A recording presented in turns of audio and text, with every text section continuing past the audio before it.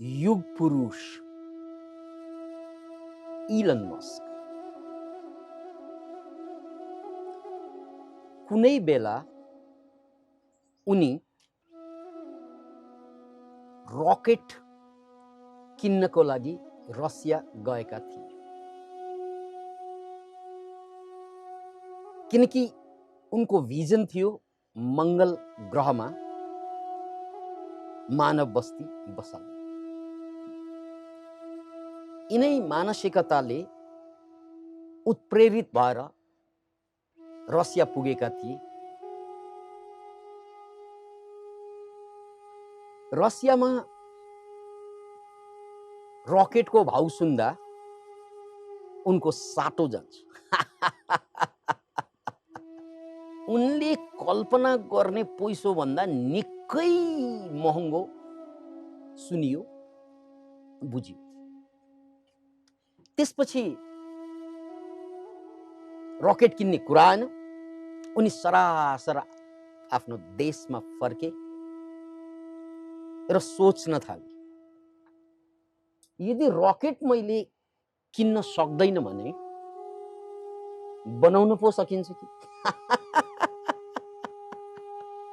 यदि रकेट मैले किन्न सकिँदैन भने बनाउनु पो सकिन्छ कि? त्यसपछि रकेट साइन्सको अध्ययन स्वाध्याय गर्न थाले, यानी स्वयंबाट अध्ययन सुरु भयो, कुनै टिचर बिना, कुनै कलेज बिना, स्वाध्याय। किताब पल्टाउँदै गए। त्यसपछि रकेट बनाउनको लागि जति पार्ट पुर्जाहरू चाहिन्छ त्यो सबै एक एक पार्ट पुर्जाको कति पैसो पर्दो रहेछ त्यो पनि पत्ता लगाउँदै गए। अध्ययन गरेपछि पत्ता लाग्छ। अद्भुत कुरा पत्ता लाग्यो, अद्भुत कुरा पत्ता लाग्यो। रकेट बनाउनको लागि जुन पार्टहरू छन्, एक एक पार्टको पैसो कति पर्छ भनेर क्याल्कुलेसन गर्दा जुन पैसो निस्क्यो, उनले नयाँ कुरा पत्ता लगाए। कति कस्ट आउँदो रहेछ त भन्नाले पार्टको पुरा रकेटको पैसोको जम्मा जम्मी 2%। Can you imagine? भनौं 1 अरब रकेटको लागि पर्छ भने 2 करोडमा बन्द रहेछ। स्वाध्यायको चमत्कार हेर्नुस्, स्वाध्यायको चमत्कार हेर्नुस्। यदि 1 खरब पर्छ भने कुनै चीज बनाउनलाई, यहाँ त रकेटको कुरो छ, 2 अरबमा बन्द रहेछ। यानी 1000 पर्ने चीज 2%, 1000 को 2% मा बन्द रहेछ। Can you imagine it? यसबाट उनी हौसिए उनी उत्प्रेरित भए। ओहो, त्यसभए पार्ट्सहरू किन्दै आफैले जोड्दै बनाऊ र कति पार्ट्सहरू आफैले बनाउन सकिन्छ त्यो पनि बनाए। बनाउन सक्ने पार्ट्सहरू आफैले बनाए, नसक्ने पार्टहरू आफैले किने, अनि ती पार्टहरू किनेर एसेम्बली गरे, जोडे आफैले। यसरी जोड्दा एउटा अर्को चमत्कारिक कुरा उनले गर्न भ्याए। अहिलेसम्म नासाले समेत रियुजेबल रकेट बनाउन सकिरहेको थिएन। रकेट जान्छ, त्यसपछि फर्केपछि त्यो फेरि युज गर्न काम आउँदैन। अर्बौं पर्ने रकेट कामै लाग्दैन। तर एलन मस्कले जब आफैले रकेट बनाए, त्यसलाई रियुजेबल बनाइदिए। जान्छ, फेरि फर्कन्छ, फेरि जान मिल्ने प्लेन जस्तै। Can you imagine? त्यो रकेटको इतिहासमा क्रान्ति थियो। उनले त्यो पनि गरेर देखाए र त्यसपछि उनको रकेट प्रक्षेपण हुन्छ। पहिलो रकेट ध्वस्त हुन्छ। दोस्रो रकेट अर्को 1 वर्षपछि 4 साल लगाएर पहिलो रकेट प्रक्षेपण गरे, त्यो ध्वस्त भयो। फेरि दोस्रो 1 वर्ष भित्र बनाइहाले, त्यो पनि ध्वस्त भयो। तेस्रो रकेट हाने, त्यो पनि ध्वस्त भयो। 3 पल्टमा उनी एक किसिमबाट ठुलै आर्थिक घाटामा गइसकेका थिए। अनि बचे खुचेको ताकत जोडेर फेरि चौथो पल्ट रकेट प्रक्षेपण गरे र त्यसपछि एलन मस्कले फर्केर हेर्नु पर्यो। एलन मस्कले फर्केर हेर्नु पर्यो। आज उनी संसारको सबभन्दा धनी मान्छेको सूचीमा छ। संसारको सबभन्दा क्रिएटिभ सृजनशील मान्छेको सूचीमा छ। भर्खरै मैले उनलाई एउटा शब्दबाट सम्बोधन गरे, उनी युग पुरुष हुन्। किन युग पुरुष भने मैले भने जसले युगलाई बदलिदिन्छ त्यसलाई युग पुरुष भन्छ। एलन मस्कका सबै प्रोजेक्ट हाम्रो मानव युग, मानवको इतिहासलाई बदल्नलाई काफी छ। त्यसकारण साँचो अर्थमा मानव इतिहासकै उनी युग पुरुष हुन्। त बन्धुहरू, अब बुझ्नु पर्ने कुरो के हो? बिस्तारै अब बुझ्नु पर्ने कुरो के हो भने इलन मस्कले जुन इतिहास रच्दैछन्, रचिसकेका छन्, सफलताको शिखरमा पुगिसकेका छन्, यो सबै कुरा कुन सिद्धान्तबाट उनी प्रेरित थिए? कुन सिद्धान्तले, कुन दर्शनले, कुन विचारधाराले इलन मस्कलाई इलन मस्क बनायो? अगेन फेरि पनि टर्निङ पोइन्टलाई सुन्नुस्। इलन मस्कलाई कुन सिद्धान्तले, कुन दर्शनले, कुन ज्ञानले, कुन फिलोसफीले उनलाई यो शिखरमा पुर्याइदियो? त्यसलाई भनिन्छ फर्स्ट प्रिन्सिपल। याद राख्नुहोस्, फर्स्ट प्रिन्सिपल। फर्स्ट प्रिन्सिपल यो दर्शन, यो सिद्धान्त सबभन्दा पहिलो व्याख्या गर्ने मान्छे एरिस्टोटल थियो। यो फर्स्ट प्रिन्सिपल। अनि यो फर्स्ट प्रिन्सिपलमा टेकेर उनले इतिहास रचेका हुन्। त्यसकारण हामीले यो फर्स्ट प्रिन्सिपल के हो बुझ्न अत्यन्त जरुरी छ। किनभने इतिहास रच्ने ठेका त एकजना मान्छेको हुँदैन। नयाँ कुरा सुरु गर्ने ठेका त एकजना मान्छेले लिने होइन। त्यो हरेक मान्छेले नयाँ कुरा सुरु गर्न सक्छ, मात्र उनलाई सही दर्शन चाहियो, सही ज्ञान चाहियो, सही मार्गदर्शन चाहियो। अतः फर्स्ट प्रिन्सिपलको कुरा गर्दा याद राख्नुहोस्, यसलाई उदाहरणबाट बुझ्नुपर्छ हामीले। एउटा घर छ, त्यो घरको छाना, ढोका, झ्याल, विभिन्न किसिमका कुराहरू हुन्छन् र सबभन्दा बढी त इँटा हुन्छन्। अनि त्यो घरका एक एक इँटालाई हामीले निकाल्दियौँ, एक एक इँटालाई, एक एक पार्टलाई छुट्याइदियौँ भने त्यहाँ घर गायब हुन्छ। घर भन्ने चिज हुँदैन क्या।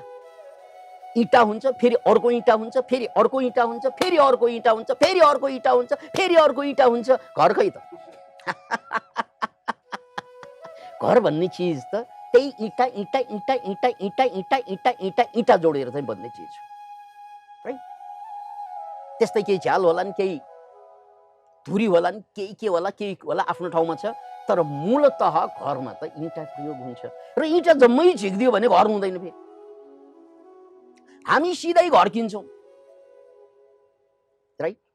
हामी सिधै घर बनाउँछौँ, किन्छौँ, तर बनेको घर त्यसका एक एक इँटालाई निकाल्दै फाल्दै, निकाल्दै फाल्दै हेर्ने हो भने घर त जान्छ।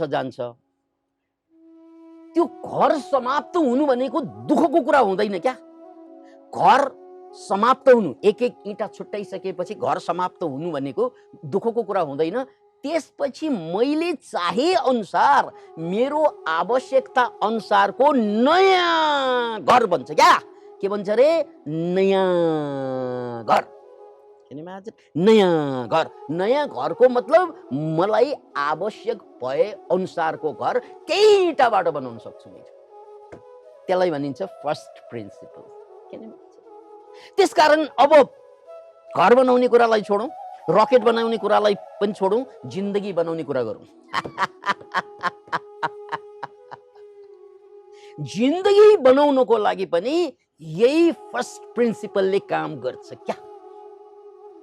यही फर्स्ट प्रिन्सिपलले काम गर्छ। किनकि हाम्रो जिन्दगी अलरेडी थोत्रो छुत्रो भएको घर हो। हाम्रो जिन्दगी अलरेडी थोत्रो छुत्रो खत्तम भएको, मकिएको, कति मान्छेको जर्जर भएको घर हो जिन्दगी। किनकि त्यो जिन्दगी रूपी घरभित्र बस्न हामीलाई साह्रै गाह्रो छ, साह्रै अप्ठ्यारो छ। किनकि यो घर पुस्तौं पुस्ता पुरानो घर मैले बनाएको होइन, त्यसकारण मलाई फिट हुँदैन यो घर। याद राख्नुहोस्, यो मेरो जिन्दगी मलाई फिट किन भइरहेको छैन भन्नाले यो जिन्दगी मैले बनाएको होइन के। मलाई हिन्दू बनाइदियो मैले चाहेर होइन, मलाई बौद्ध बनाइदियो मैले चाहेर होइन, मलाई क्रिस्चियन बनाइदियो मैले चाहेर होइन, मलाई तामाङ बनाइदियो, मलाई गुरुङ बनाइदियो, मलाई नेवार बनाइदियो, मलाई बाहुन बनाइदियो, मलाई क्षेत्री बनाइदियो, मैले चाहेर बनाएको हो। यो मेरो आवश्यकता हो? यो हो? नो, मेरो घर होइन यो, कसैले बनाइदिएको घर। त्यसकारण यहाँ बस्न मलाई बडो गाह्रो छ। यो कसैले हजारौं हजार वर्ष अगाडिदेखि बन्दै आएको घर, बनाउँदै आएको घरमा मेरो आत्मा छोपिन्छ यहाँ, मेरो मन भटभटी पोलिन्छ यहाँ। किनकि यो मेरो घर होइन क्या, मैले चाहे जस्तो बनेको घर होइन क्या। यसको मतलब यसलाई बम राखेर उडाइदिउँ? No no no no no no no no. मान्छेले त्यही गरिदिन्छन्, आत्महत्या त्यही हो, बम राखेर उडाउनु बराबर। गोली हानेर मर्दिन्छ, चुन्डेर मर्दिन्छन्। यो घरलाई उडाएको, यसलाई उडाउनु पर्दैन, यसलाई उडाउनु पर्दैन। जिन्दगी रूपी घर यसलाई उडाउनु पर्दैन। फर्स्ट प्रिन्सिपलमा आउनुहोस्, यसलाई बिगार्न जरुर पर्छ। तपाईँ यसलाई चाहिँ टालटुल गर्दै बाँचिरहनु भएको छ। टालटुल गरेर चल्दैन काम, टालटुल गरेर चल्दैन काम, टालटुल गरेर चल्दैन काम। यसलाई बिगार्नु पर्छ, यसलाई विनिर्माण भनिन्छ। यो शब्द बुझ्नुहोस्, यसलाई विनिर्माण भनिन्छ। यसलाई बिगार्नु जरुर पर्छ, यसलाई उडाउने होइन, बिगार्न जरुर पर्छ। किनकि यो मेरो अनुरूप बनेको घर होइन, यसलाई बिगार्नु पर्छ। यसका एक एक पार्टलाई छुट्याइदिनु पर्छ, एक एक पार्टलाई। अब प्रश्न होला, घर त एक एक पार्ट छुट्याउन मिल्छ सर, जिन्दगीलाई एक एक पार्ट छुट्याउनु भनेको के हो? र जिन्दगीको एक एक पार्ट छुट्याउने कसरी? राइट, यही त प्रश्न आइरहेको हो नि यहाँको दिमागमा। घर त छुट्याउँला एक एक पार्ट, जिन्दगीको एक एक पार्ट के हात काटेर फाट्नु भनेको होइन, होइन होइन, औँला काटेर फाल्नु भनेको होइन, होइन होइन, आँखा निकालेर हेर्नु भनेको होइन, होइन होइन। नो नो नो नो, म त साइकोलोजिकल जीवनको कुरा गर्दैछु, फिजिकल जीवनको कुरा होइन, मनोवैज्ञानिक जीवनको या मानसिकताको हो। यसलाई पार्ट पार्ट चाहिँ छुट्याउनु पर्छ। यसलाई पार्ट पार्ट छुट्याउने कसरी? सिम्पल छ, क्वेसन गर्नु, क्वेसन गर्नु, प्रश्न गर्नुहोस् आफैसँग। प्रश्न के त भन्नाले एक एक, के म साँच्चै नेवार हुँ र? किन म नेवार हुँ? वाइ? म साँच्चै तामाङ हुँ र? किन म तामाङ? वाइ? साँच्चै म बौद्ध हुँ र? किन बौद्ध हुँ? साँच्चै म नेपाली हुँ र? किनकि परमात्माले त मलाई पृथ्वी दिनुभएको थियो जन्मिँदा, अनि म नेपाली भनेर एउटा सानो भूमिलाई मेरो देश बनाउने काम मैले गरेको होइन। मलाई भगवानले सिङ्गो धरती दिएको, म जान्ने भएर, म बेवकूफ भएर, म मूर्ख भएर चाहिँ एउटा सानो टुक्रालाई मेरो देश भनेर समात्छ। Can you imagine it? What does it mean? तपाईलाई पृथ्वी दिनुभएको परमात्माले। अनि यो पनि याद राख्नुहोस्, संसारभरका जति पनि देश छन्, 200 भन्दा बढी देश, यो सबै देशका सिमानाहरू लाखौं मान्छेको गर्दन काटेर बगेका रगतकोबाट कोरिएका सीमा होइनन् र? प्रश्न गर्नुहोस् त, तपाईले जसलाई देश भन्नुहुन्छ त्यहाँ लाखौं नारीहरू मरेका छन्, लाखौं बालकहरू मरेका छन्, लाखौं मान्छेहरूको गर्दन काटेका छन्, अझै पनि काटिँदैछ, होइन र? परमात्माले त त्यस्तो बनाउनु भएको होइन, सिङ्गो धरती दिएको। त्यसकारण देश भन्नु हिंसा होइन र? राष्ट्र भन्नु नै हिंसा होइन र? किनकि त्यसको पछाडि इतिहासभरि हिंसै हिंसा, हिंसै हिंसा सबैतिरका लुटेराहरू जो खुखुरी भाला खुन्डा खुडा लिएर पछिल्लो समयमा बन्दुक लिएर पछिल्लो समयमा एटम बम लिएर एकले अर्कोलाई सिद्ध्याउँदै सिद्ध्याउँदै रेखा कोरेका होइनन् र धरतीमा। म त मान्छे जन्मेको हुँ तर मलाई नेवार कसले बनाइदिए? म त मान्छे जन्मेको हुँ मलाई हिन्दू कसले बनाइदिए? म त मान्छे जन्मेको हुँ पृथ्वीवासी पृथ्वीको मालिक भूपति जन्मेको हुँ तर मलाई एउटा सानो देशमा कैद कसले गरिदियो? खोर जस्तो। अब यो देशबाट अर्को देशमा जानलाई फेरि पासपोर्ट चाहिने रे। अरे यार व्हाट डज इट मीन? मेरो धरती मेरो होइन र? त्यसरी तपाईले प्रश्न गर्नु पर्यो क्या। यो हो विनिर्माण। यसैलाई एल्विन टफलरले भनेको त्यही हो, learn and unlearn and relearn भनेको त्यही हो। त्यो लर्निङको लागि के चाहियो त? क्वेश्चन चाहियो, प्रश्न चाहियो, राइट? प्रश्न गर्नुस्। अनि त्यो प्रश्नले जुन जिन्दगी बनाउँछ नि, रेडिमेड जिन्दगी हामीलाई दिएको जिन्दगी छ, त्यो जिन्दगी टुक्रा टुक्रा टुक्रामा अन्तिम टुक्रामा विभाजित हुन्छ। केले? प्रश्नले, राइट? म अन्तिम टुक्रामा विभाजित हुन्छु। जसरी उदाहरण सुन्नुस्, जब हामीले प्रश्नमाथि प्रश्न गर्दै जान्छौँ अन्तिम इकाइ के बन्छ? म नेपाली होइन, म भारतीय होइन, म हिन्दू होइन, म केटा होइन किनकि शरीर पो केटा भयो, म केटी होइन, म ठुलो मान्छे होइन, म सानो मान्छे होइन। अन्तमा के बच्छ त? म त मात्र के बच्छु? आत्मा मात्रै बच्छु। र त्यो आत्मा तपाईको मेरो सबैको एउटै हुन्छ। अन्तमा आउँदा आत्मा मात्रै बच्छ। जसरी अध्यात्मले रिसर्च खोज गर्दै जाँदा अन्तिम कुरा एउटै छ, त्यो आत्मा बाहेक केही पनि छैन। त्यो आत्माकै विभिन्न रूप मात्रै हो। त्यसकारण यहाँ म त्यो हुँ, म यो हुँ भनेर जुन हजारौं वर्षदेखि हामीलाई छाप लगाउँदै आएको छ, हजारौं वर्षदेखि हामीलाई भिडाउँदै आएको जुन पुरानो घर छ, यो घरलाई भट्काउनु पर्छ। अनि यो भट्काउँदै गएपछि उडाउने भनेको आत्महत्या गर्नुभयो, भट्काउनु भनेको आत्मा रूपान्तरण हो। आत्मा हत्या होइन, आत्मा रूपान्तरण। याद राख्नुहोस्। जसरी विज्ञानले यो जति पनि वस्तु देखिन्छ नि, ती सबै वस्तुलाई तोडेर हेरे, फोडेर हेरे, एटम भेटाए। सबै जे तोडे पनि, प्याजलाई तोडे पनि एटम भेटाउने, सुनलाई तोडे पनि एटम भेटाउने, मासुलाई तोडे पनि एटम भेटाउने। अन्तमा त यो सबै नाना थरी त केही चीज रहेनछ। सबै कुरा एटम एटम एटम एटम। वैज्ञानिकहरूले पछि त्यो एटमलाई पनि तोडेर हेरे, त्यसपछि सब एटम्सहरू भेटिए। न्युट्रोन, प्रोटोन, इलेक्ट्रोन, सबै कुरा, संसारको सबै कुरा त्यही न्युट्रोन, प्रोटोन, इलेक्ट्रोनको खेल रहेछ। यो पनि के हो भनेर तोड्दै गए, क्वार्क्स भेटाए। त्योभन्दा सूक्ष्म चीज के भेटाए रे? क्वार्क्स भेटाए। अब यो क्वार्क्स भनेको के हो त फेरि? किनकि सारा बिल्डिङ ब्लक, संसारको सबै बिल्डिङ ब्लकमा सबभन्दा अन्तिम इकाइ क्वार्क्स भनेर आयो। यो क्वार्क्सलाई पनि एनालाइज गरेर तोडेर हेर्दा त्यो क्वार्क्सबाट पर मात्र वेभ भेटाए, तरङ्ग भेटाए। Can you imagine it? अहिलेसम्म वैज्ञानिकहरूले यस्ता 12 किसिमका तरङ्गहरू, तरङ्ग भनेको देखिँदैन, त्यही 12 किसिमका तरङ्गको इन्टरएक्सनमा ब्रह्माण्ड देखिएको छ। अन्ततः त के रहेछ त? तरङ्ग रहेछ। के रङ्ग रहेछ? तरङ्ग। ऊर्जाको तरङ्ग मात्रै हो, वस्तु केही पनि छैन, मात्र ऊर्जा छ। अनि त्यो ऊर्जा भनेको सबै एउटै ऊर्जा छ, वान एनर्जी। हेर्नुहोस् है, साइन्सले अन्तिम तोड्दै तोड्दै तोड्दै जाँदा सारा ब्रह्माण्ड ऊर्जा मात्रै भेटाए। अध्यात्मले व्याख्या गर्दै गर्दै एनालाइज गर्दै गर्दै जाँदा यो सारा आत्मा मात्रै हो, सबै कुरा आत्मा मात्रै हो। किनकि त्यो ऊर्जाको पछाडि अगाडि जे भनौँ त्यो पनि आत्मै हो भन्ने कुरा सबभन्दा पछिल्लो रबर्ट लान्जाको थ्योरी बायोसेन्ट्रिजम भन्ने आएको छ। त्यसले के बतायो? यो सारा ऊर्जा पनि चेतना नै हो। त्यहाँ आत्मा भन्ने शब्द प्रयोग भएको छैन, चेतना नै हो। त्यसलाई के भनिन्छ? बायोसेन्ट्रिजम। Doctor Robert लान्जा।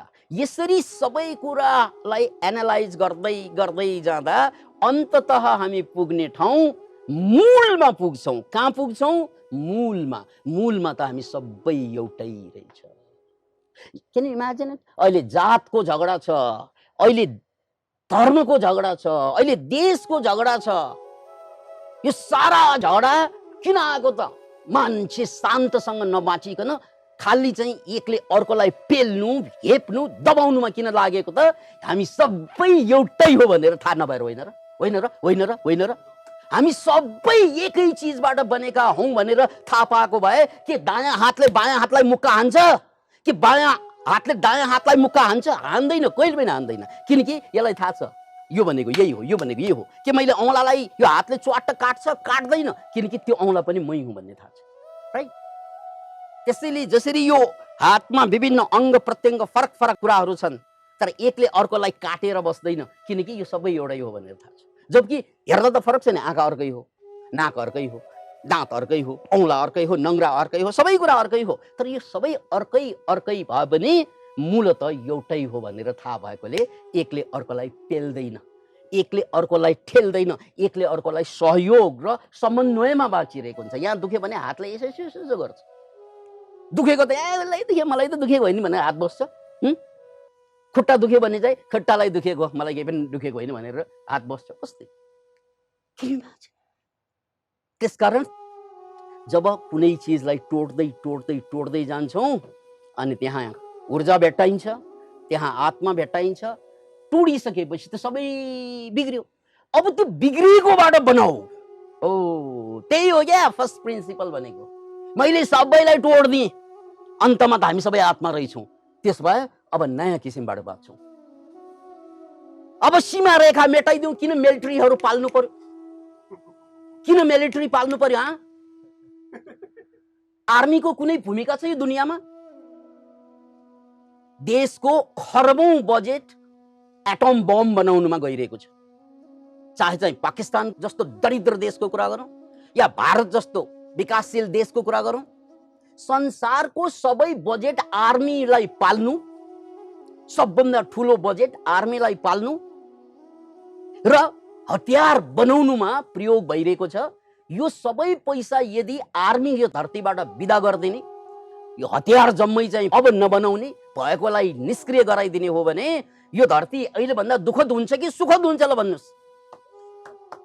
यो धरती भरिको सीमा मेटाइदिउँ, आर्मी हटाइदिउँ, राइट? हो यो हो पुनर्निर्माण के, यो हो विनिर्माण, यो हो फर्स्ट प्रिन्सिपल।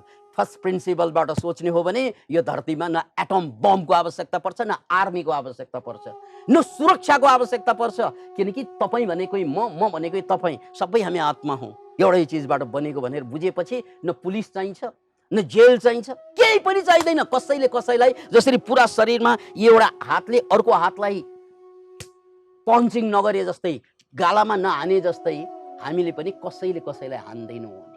अनि चाहियो आर्मी, अनि चाहियो राष्ट्र, अनि चाहियो जात, अनि चाहियो पहिचान। Can you imagine it? अनि पैसै पनि चाहिँदैन। काम गर, सबै मस्त हो, राइट? कमाऊ, अरूलाई बढी भयो भने अरूलाई सघाऊ, कम भयो भने अरूले सघाउने छ। बढी भयो भने अरूलाई सघाऊ, कम भयो भने अरूले सघाउने छ। किनकि यहाँ अरू भनेकै मै हुँ भनेपछि सघाउँदैन कि तपाईँले बाउआमाले कमाएको पैसा अर्को एउटा मान्छेलाई चाहिँ जिन्दगीभर कमाएको पैसा दिइरहन्छ नि बाउआमाले। कसलाई? त्यो छोराछोरीलाई। किन दिएको थियो? यो मेरो भनेर दिएको होइन। जसरी छोराछोरी मेरो भनेर बुझ्नुहुन्छ, सारा धरती नै मेरो, सारा धरती नै मेरो भनेर बुझेको भए के हुन्थ्यो धरती? That is first principle. त्यसकारण लाइफमा फर्स्ट प्रिन्सिपल लगाउनु। इलन मस्कले धरतीमा क्रान्ति गरिदियो बाहिर, अब हामीले भित्र क्रान्ति गर्नु छ त्यही फर्स्ट प्रिन्सिपलबाट। त्यसैलाई हामीले मनोक्रान्ति भन्यौँ। Can imagine it? Can imagine it? त्यसकारण पतञ्जलीले आजभन्दा हजारौं वर्ष अगाडि स्वाध्याय भन्नुको मतलब थियो। किनकि अध्ययनलाई जारी राख, अध्ययनलाई जारी राख, अध्ययनलाई जारी राख, आफ्नो अध्ययनलाई जारी राख। कसैले दिएको कुराको आधारमा बाँच्यो भने तपाईँ हिन्दू हुन्छ, बौद्ध हुन्छ, कुनै ग्रुपको मेम्बर हुन्छ, तपाईँ सीमित भएर बाँच्छ। तपाईँले दिल खोला राखेर अध्ययनलाई जारी राख्नुभयो भने तपाईँ सार्वजनिक मानव बन्नुहुनेछ, सार्वभौमिक मानव बन्नुहुनेछ। किन भन्छ नि? त्यसकारण हामीले जुन धेरै अगाडिदेखि गीत लेख्यौँ नि, मनको यो क्रान्ति हाम्रो जीवनको सार बनोस्।